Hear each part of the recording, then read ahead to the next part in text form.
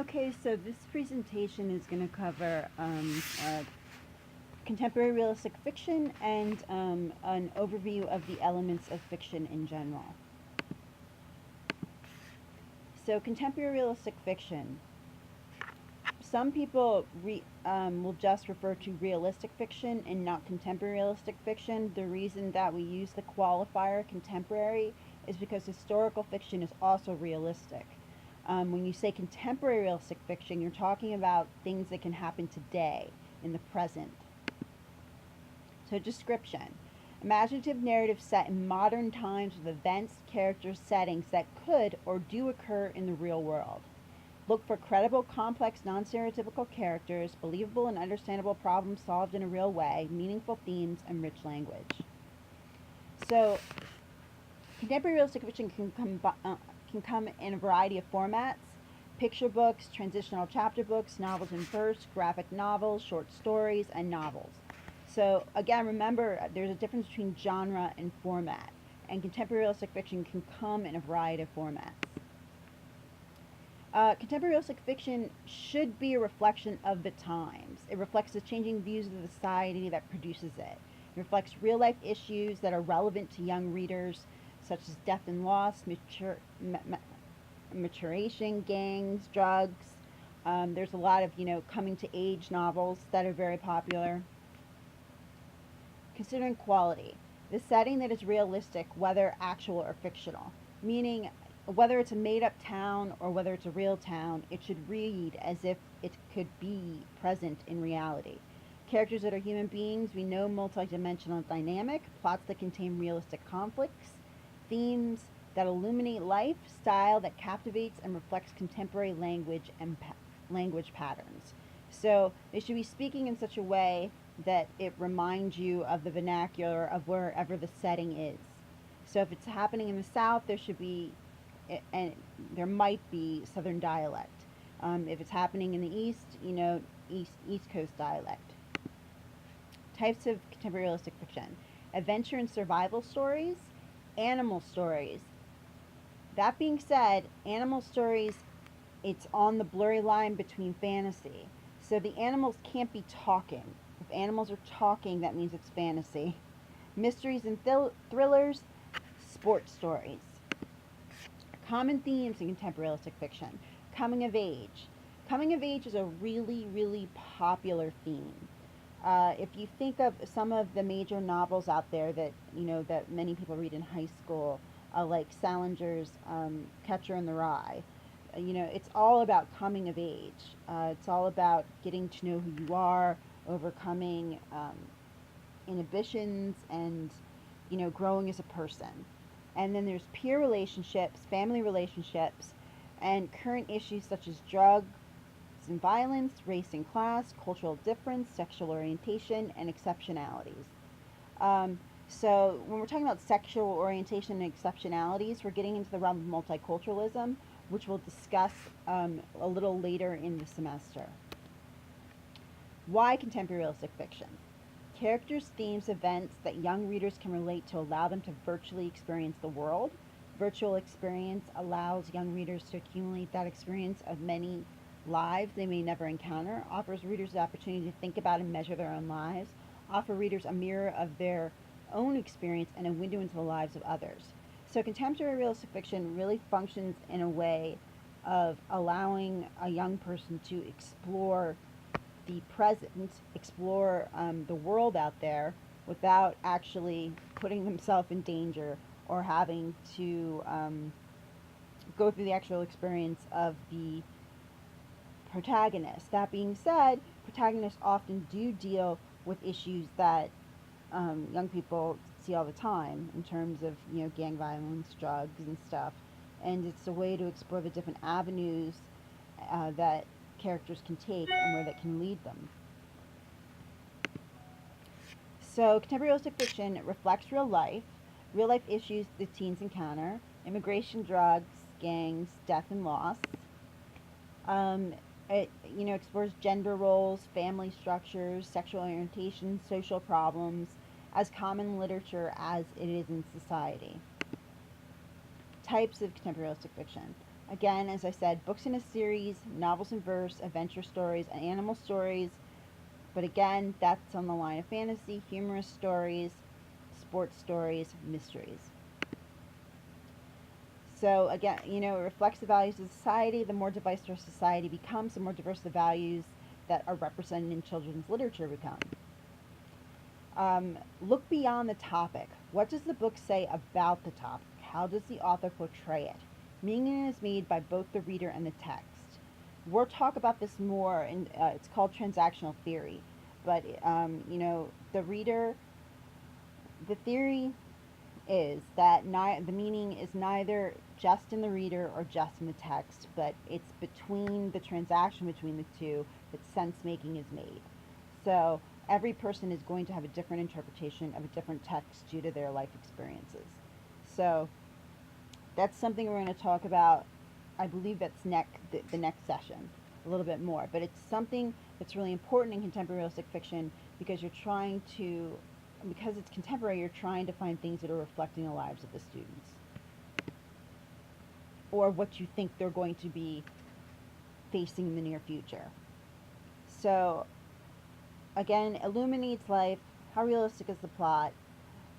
Don't think in terms of, has this ever happened to me? Think in terms of, could this really happen in life?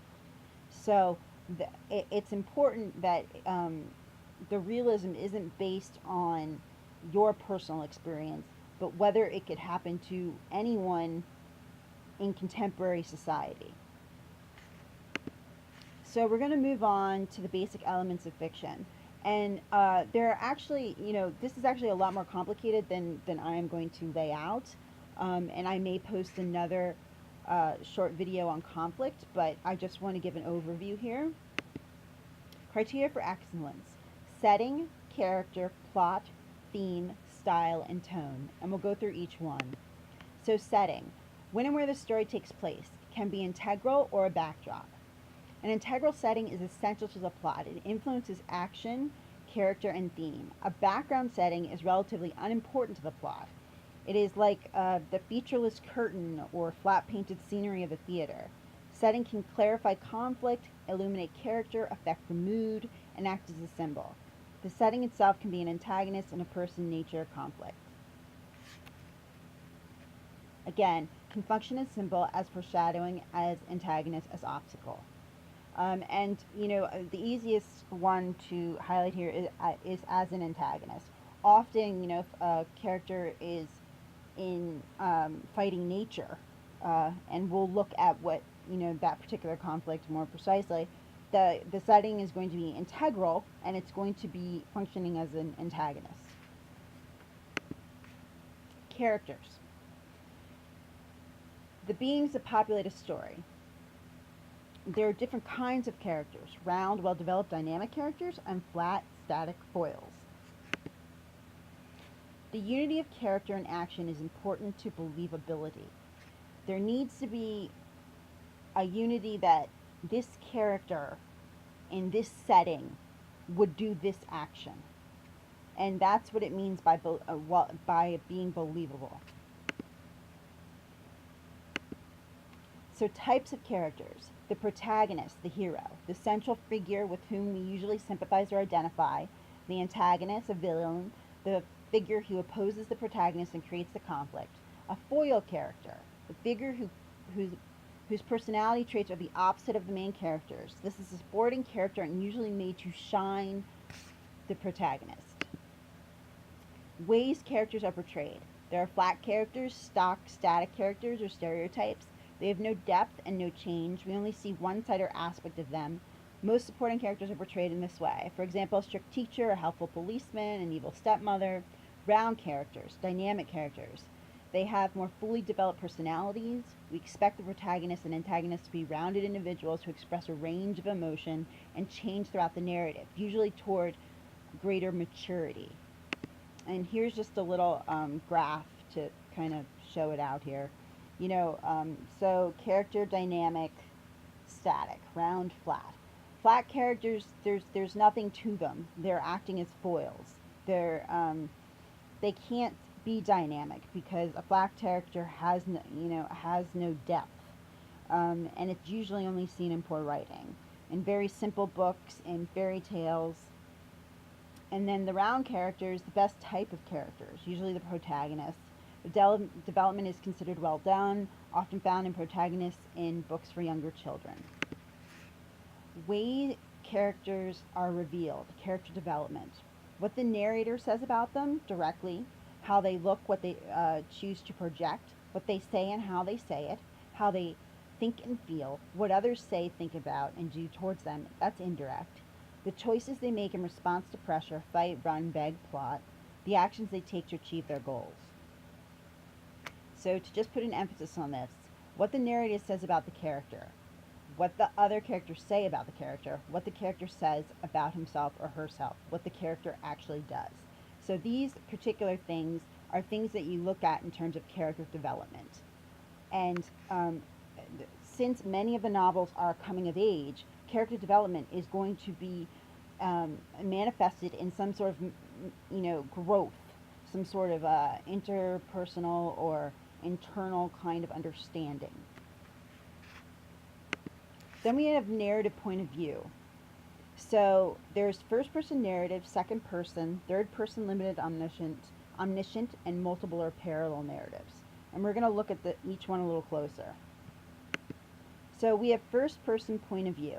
In the first person point of view, the story is narrated by a narrator who's also a character in the story, usually the story's protagonist. The narrator reveals the plot by using the first person viewpoint, which is quote unquote I when singular or we when plural. A first narrator can be reliable or unreliable for readers, can only know what the character knows and feels. What the narrator recounts in the story may not be the truth. First-person view allows readers to feel very close to a specific character and observe the story development from the character's viewpoint or through their eyes. Then we have second-person point of view. Second-person point of view is the least commonly used point of view in literary writings. In this point of view, the narrator uses the pronoun you to refer to one of the characters in the story and to address the reader or listener directly. The second person point of view is rarely used in fiction, but it does appear very often in speeches and other forms of nonfiction such as letters, greeting cards, and so on. What many of you might be familiar with is when you is used in choose your own adventure novels, where you are the character, the main character, and then you make your own decisions on, certain major plot points or conflicts, and then you go to that part of the book, and they're referring to you as the main character, and they'll even maybe give you a name, but it's you and you're making those decisions. Then we have third person objective. Third person objective, the narrative in the story observes and reports in a seemingly neutral and impersonal way. So third person objective is, it's a narrator, they're not in the story, they can't get into people's heads, they are just objectively reporting what's going on. Then there's third person omniscient. Now, the third person point of view is the most commonly used mode of point of view. When it is used, the narrator relates all the action in third person, and each character in the story is referred to in third person pronouns such as he, she, it, or they. However, the narrator isn't involved in the story. And this is one of the three types of third person point of view. An omniscient point of view, the narrator knows everything about all the characters in the story. It's like a godlike voice. They can enter anybody's head, tell you what they're thinking. There's no limits to the knowledge that they're giving over. And then third person limited, a narrator whose knowledge is limited to one character, either major or minor, and has a limited point of view. So it's omniscient in the way that you can, it's a person that's observing, or a narrator that's observing what's going on, and only has limited knowledge of maybe the main protagonist's thoughts. So the plot, the sequence of events in which characters play out roles in some kind of conflict.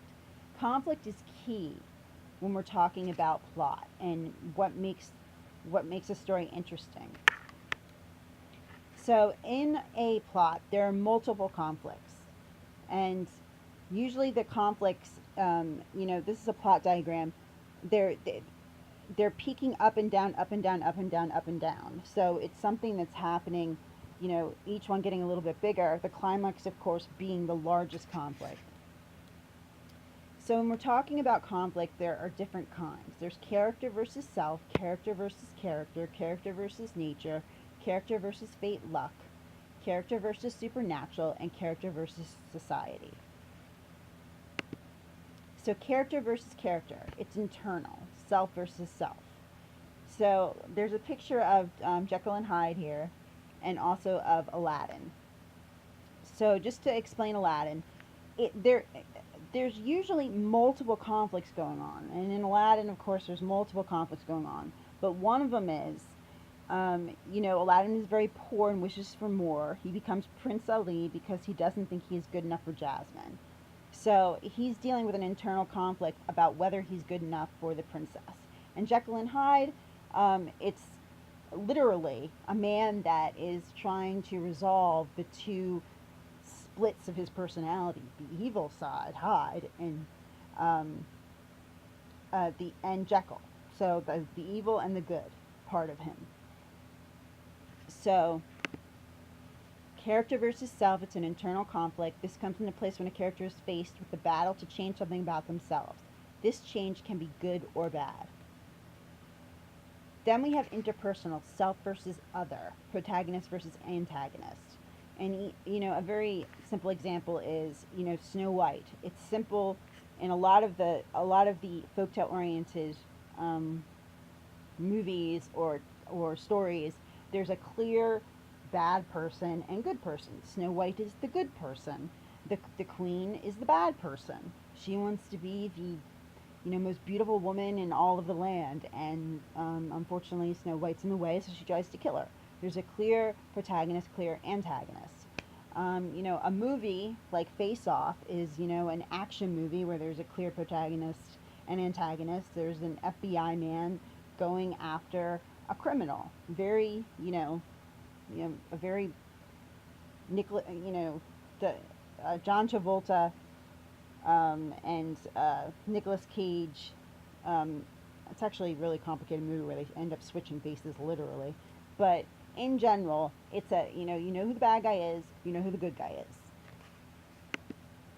Character versus character, and it's an external conflict. It's a conflict between two characters with human-like qualities. If there are no human-like qualities, it's not character versus character. So they have to be, they may not be human, they may be animals or something, but they have to have human-like qualities in the sense that one is bad and one is good. Character versus nature. It's external conflict, battle with the natural world. Even if it has human qualities, it's not person versus nature. Nature doesn't care. It's not good or evil. It just is. So I have a lot of examples here. So for some of you will be very familiar with some of these. So Alive is actually about a rugby team that was in a plane crash high in the Andes. They ended up having to eat their teammates in order to survive the frigid conditions, which they did for months. And that was in 1972. But that's the big issue of the movie, is what they do in order to survive, because they're in the Andes and they need like food, and they need to find out ways, internally, which makes it be also character versus self. What they're willing to do to survive. Then we have Castaway, very popular movie with Tom Hanks in it, and he is stuck on an island, and again, it's him against nature, and he has to find a way to survive on the island. And 127 Hours, where a man is caught while he's rock climbing, and the kind of sacrifices he needs to make to survive, the world around, the world or nature, which he's stuck in and can't get out of. And Jaws, where there's a gigantic shark, which is nature, and it wants to kill everybody. So people have to get away from it.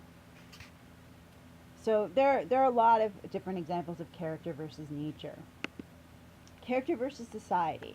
It's an external conflict, a battle between a character and another larger group that wants the character to change to them. This change does not have to be positive. A hero can fight corruption in the system, and a criminal can fight the laws in the system. So we have a couple of examples here.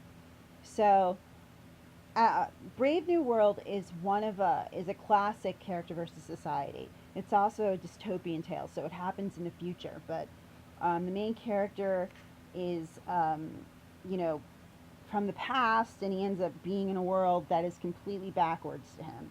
And society, it's a society in which he does not fit. Very similar if you think about the Hunger Games, where she's fighting the system, she's fighting society, she's fighting this, um, a larger person than just the president. She's fighting a system which allows children to be put into the Hunger Games in order to make up for, um, a war that happened a long time ago. Then there's Milan, and with Milan, she's fighting against the Chinese tradition, of having to be a man to be a warrior. So she disguises herself as a man. There's character versus fate. Now, Harry Potter is a strange choice, but I chose it for a reason. So, Harry Potter is fighting a legacy that he's been given by his parents. But this legacy comes in the form of Voldemort. So, it's not just character versus fate, but character versus character.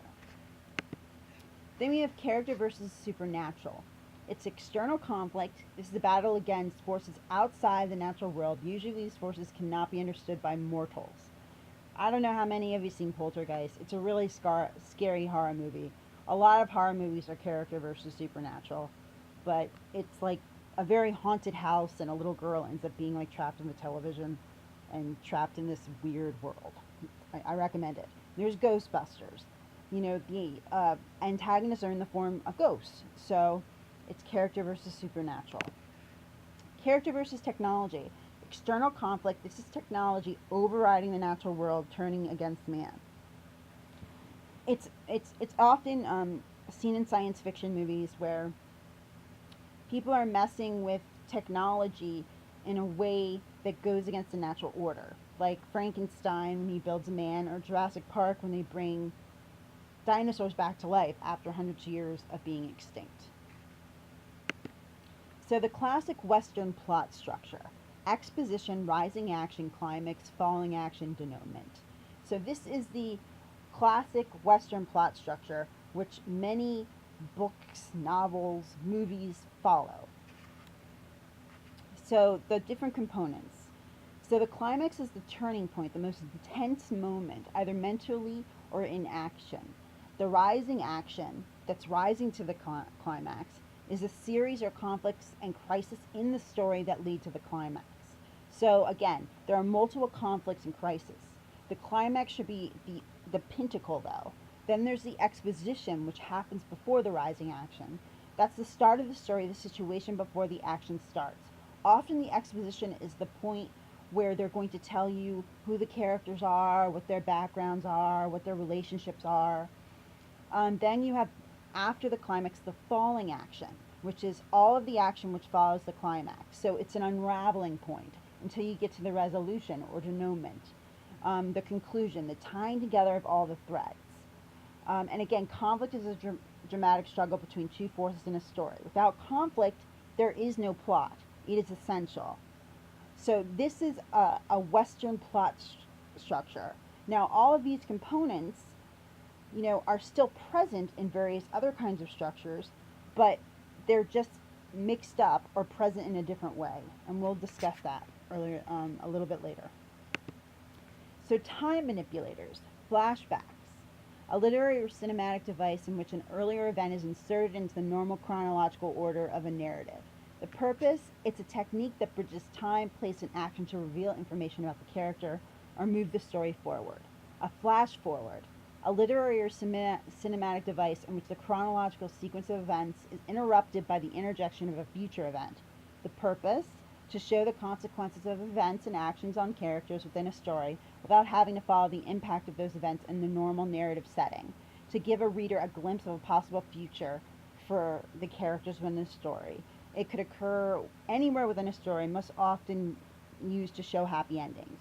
Foreshadowing, the presentation in a work of literature of hints and clues that tip the reader off as to what is going to come later in the work. Purpose: to allow readers to come to certain conclusions, make things more believable about characters and events within a story. Furthermore, It builds anxiety and suspense throughout the storyline. So narrative order, as we had just spoken about. Chronological, meaning going forward progressively. Flashback, which we just went over. Flash forward, which we just went over. And time lapse. A time lapse occurs when the story skips a period of time that seems unusual compared to the rest of the plot. There is no standard amount of time that might constitute a time lapse. It depends upon the reader's sense that a longer than usual period of time has passed since the previous episode. Now, a flash forward or a flashback is usually, they usually give you, you know, some clues as how long there is, and a time lapse, usually they'll give you a date in terms of 20 years in the future, 20 years in the past. So that's how you can usually tell the difference. So here we get into what is a subplot.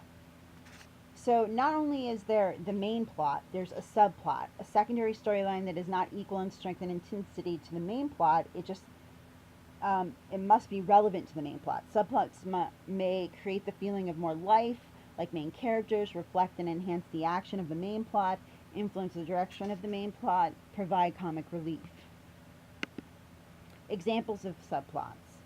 In the main plot of a romance, one or both of the main characters may resist commitment. Another couple in the story, perhaps friends, confidants, or co-workers of the main characters, are also falling in love but having problems and show aspects of the love relations the primary storyline does not. The main characters, through their involvement with the other couple, may learn from that they see and come to realize their own love for each other should not be denied. Another example. In a story of conflict between a parent and a child, subplots involving a neighbor or friend's child may give some perspective on the main plot. Another subplot might be a visit from a grandparent that casts the parent back in the child role, an experience that helps the parent recall what his own childhood was like and results in a better understanding of his own child's behavior. So often subplots are seen in nonlinear narratives, but I think the best way to think of them is if you're watching a TV show that's action oriented or, has a lot of conflict in it, like if we're watching The Vikings, they'll put like a romance subplot in there, usually, and it'll carry throughout the season, and usually they'll do that so they can get two audiences, or they can appeal to more than one audience, an audience that likes to see, pillaging and violence, and also an audience that wants to see romance. So that's how it all works together. And sometimes actually it's hard to figure out what's the main plot, the pillaging and the going imperialism, and trying to take over other people's lands, or the romances between these various characters. So plot types. There are many different kinds of plot types. Complex multiple plots. So combination of different plots. Nonlinear plot, which we already spoke about a little bit before. Progressive plot, chronological, circular, parallel, episodic, and flat. A flat plot means there's actually no plot because there's no conflict. That's why it's called flat. And so the dramatic or progressive plot, it's a chronological structure which first establishes the setting and conflict and follows the rising action through to the climax, the peak of the action, or the turning point, and concludes with denouement, a wrapping up of loose ends. Again, this is the classic Western structure. So here's a plot diagram for Cinderella. So we learn all about Cinderella in the beginning, in the exposition, in the introduction. Cinderella lives unhappily with her stepsisters and their stepmother. She's treated horribly. She's a slave. And suddenly an invitation comes to the house to go to a ball in the palace. The stepsisters start preparing to go to the ball. And Cinderella is told that she has to be behind and, scrub floors. Then a fairy godmother appears and provides Cinderella with clothes and a coach and a footman, but also provides her with what will be a very, climactic moment, which is she has to come back before midnight, or her pumpkin is gonna, her little coach is gonna turn into a pumpkin, and her dress isn't gonna look good, and she's just gonna go back to the way she normally looks, which is a peasant. So Cinderella goes to the ball, dances with the prince. Cinderella leaves hurriedly at midnight and loses a slipper. So We're getting, the conflicts are going up and up. The crises are going, are becoming higher stakes wise. So the prince says he wants to marry the woman who the slipper fits. The climax. The stepsisters try to force their feet into the slipper, but it fits Cinderella. And depending on which version of the story that you read, I think in the Grimm's tale, the sisters actually try to cut off their toes. So um, when we start talking about folk tales, we'll see the various versions of Cinderella. But this is just one version. Then the falling action is Cinderella and the prince marry. And then the resolution, like most fairy tales, they live happily ever after. But as you can see, it's something that builds up. All these various events build up to the pinnacle climactic moment. Episodic plot. An episodic plot is also a chronological ordered structure, but it consists of a series of loosely related incidents, usually about a chapter or two in length. These are commonly tied together by characters or a common theme. These are used when an author wants to explore the depth and personalities of character or the local color of an area. So whenever I try to explain episodic plot, I often use the analogy of, if you think about a TV series and a season, they're called episodes for a reason. They're episodes because they all have a beginning, middle, and end.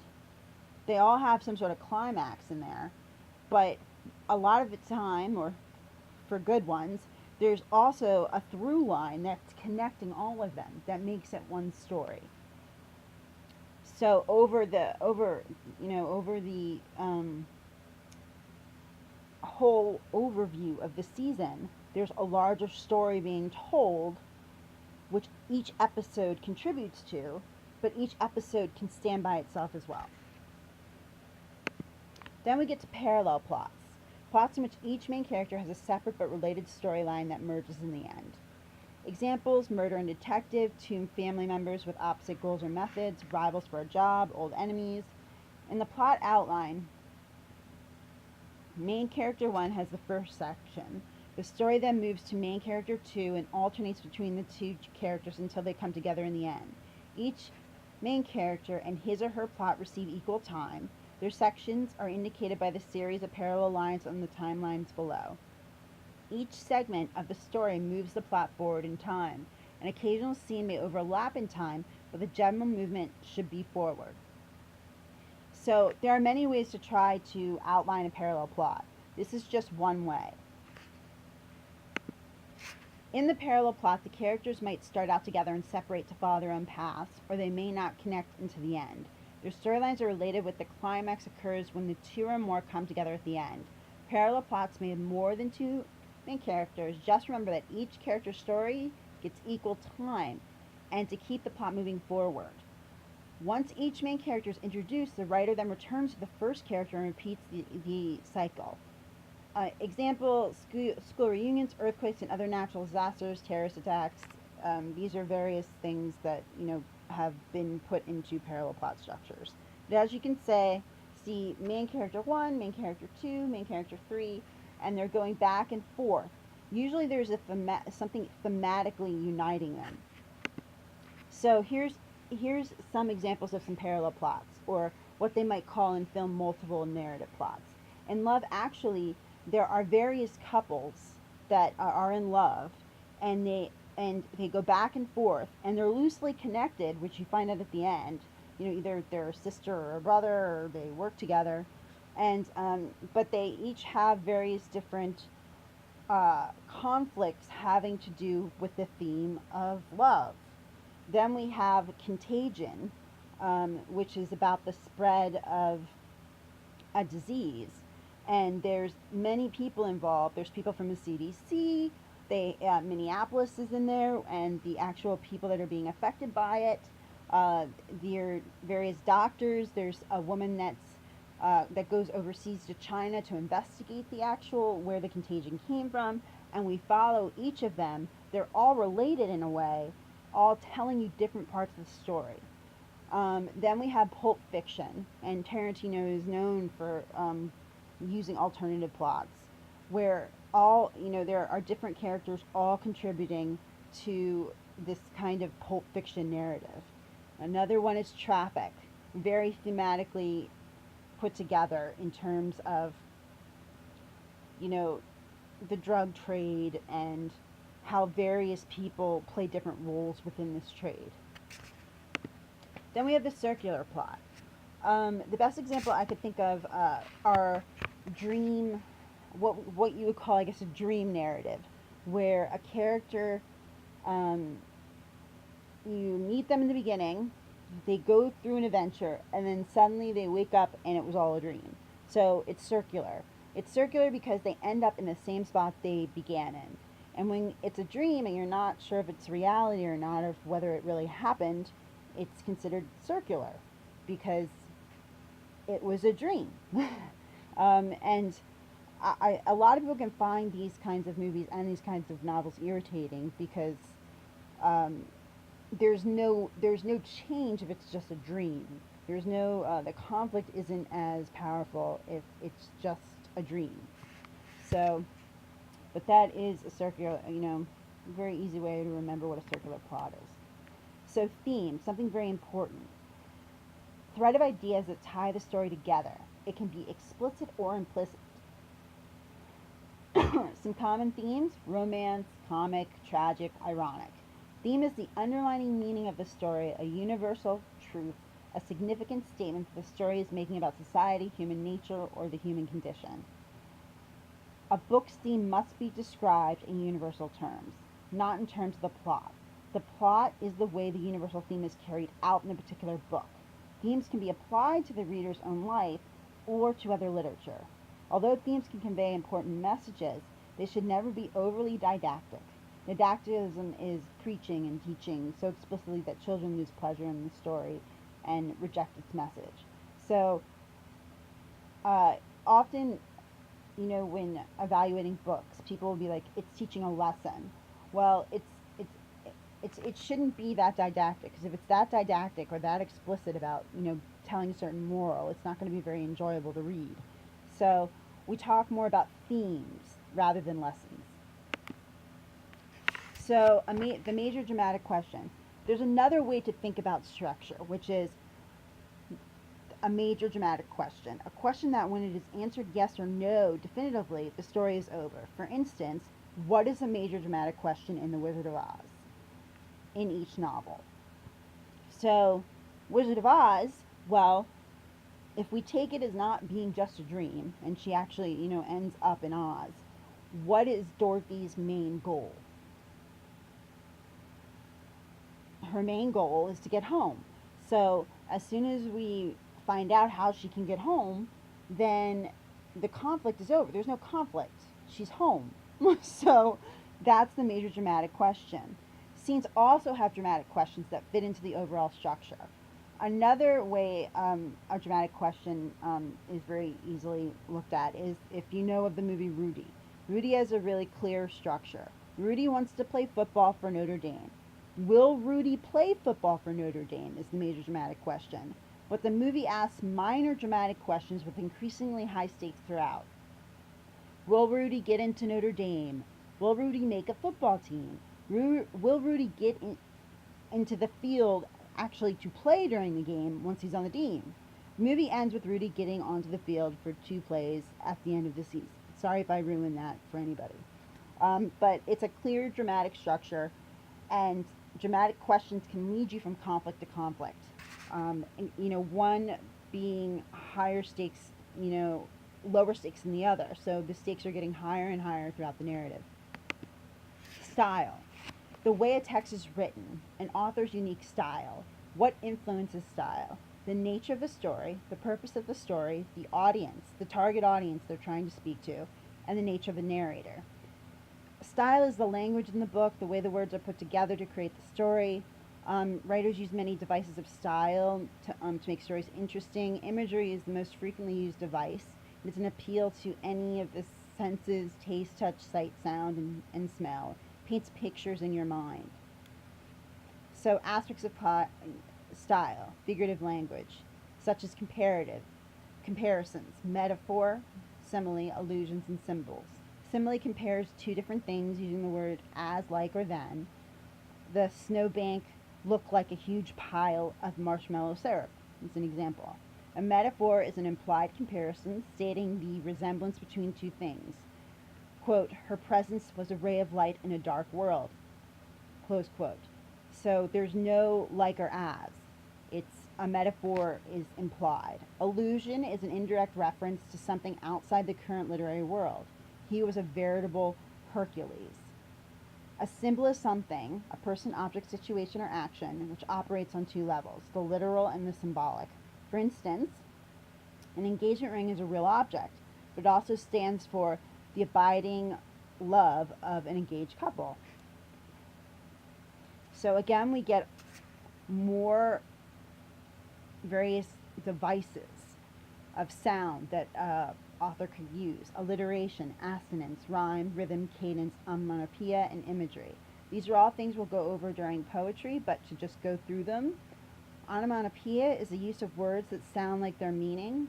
A skirt swishes, a bat cracks, a hasty eater gulps his food. Alliteration is repetition of initial consonants. The soft surge of the sea. So, quote, the soft surge of the sea. Those are initial consonants. Now there's consonants is a repetition of the consonant sounds anywhere in the words. The sights of the apple and the maple trees please the people. So anywhere in the word can be the repetition of consonants. Alliteration is just the initial sound. Consonants means it can be anywhere. Rhyme is a repetition of stressed sound, usually the final syllable. So, an example, his aim was to blame the dame. Assonance is the repetition of vowel sounds in a phrase. Example, the owl swept out of the woods and circled the house. So, and then rhythm is the reoccurring flow of strong and weak beats in a phrase. These are all things that we're going to talk about more during poetry, but it's something to think about in terms of elements of style in general. Voice. So, in terms of voice, you can think about not a voice in terms of the narrator's voice and voice in terms of the dialogue. Is it authentic? Is it believable? Is it age appropriate? Now, when you ask about age appropriate, I'm not asking, is it age appropriate for the reader? Is it age appropriate for the person who's speaking it? For instance, if there's an 8-year-old using words like asinine or magnanimous, they either need to be a genius in the story, or that's not an authentic voice for that character. Tone. Tone refers to the author's mood and manner of expression in a work of literature. The tone can be serious, didactic, humorous, satirical, caustic, sarcastic, passionate, sensitive, sentimental, zealous, indifferent, poignant, warm, agitated, and so on. Tone is something that's really important.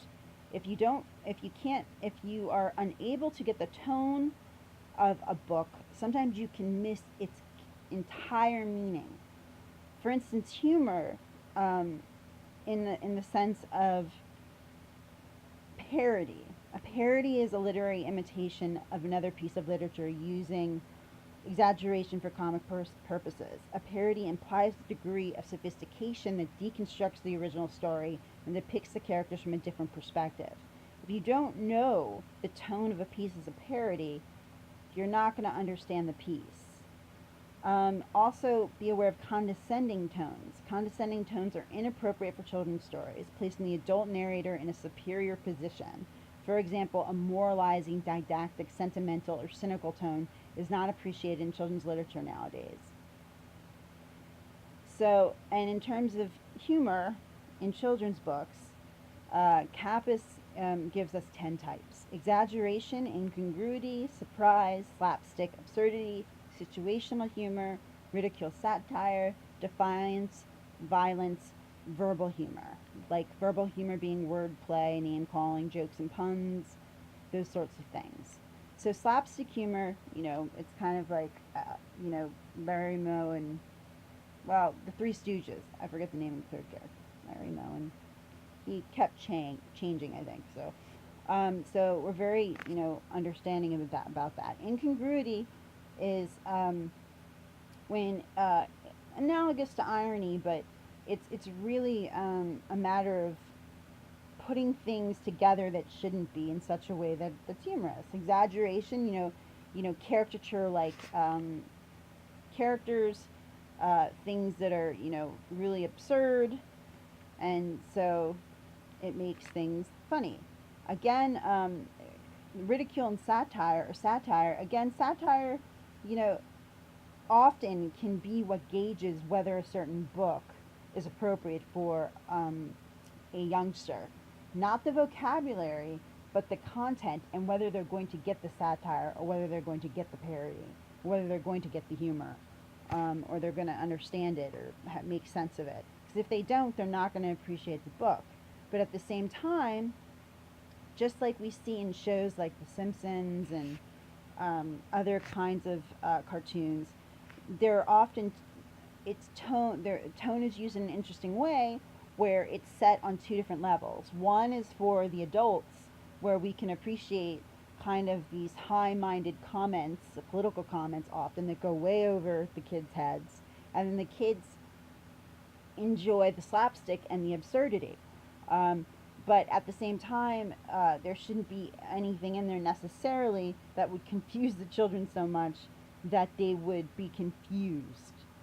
So often you can see, The Simpsons over the year has become more and more inappropriate for children, but when it first came out, it definitely had those two different audiences. I think it was definitely more family oriented. And when you see family oriented shows, they are trying to target a large audience, a large age group. So they're going to try to hit different tonal levels in terms of humor. So that's a way of looking at tone. So this is the end of this PowerPoint. Sorry for my coughing and whatnot, but I had to redo the voiceover because it was messed up. So if you have any questions about this, please write it down and bring them to class. We're going to talk about conflict more because it's really important. As I said, it's the most important thing to understanding a book. So see you in class.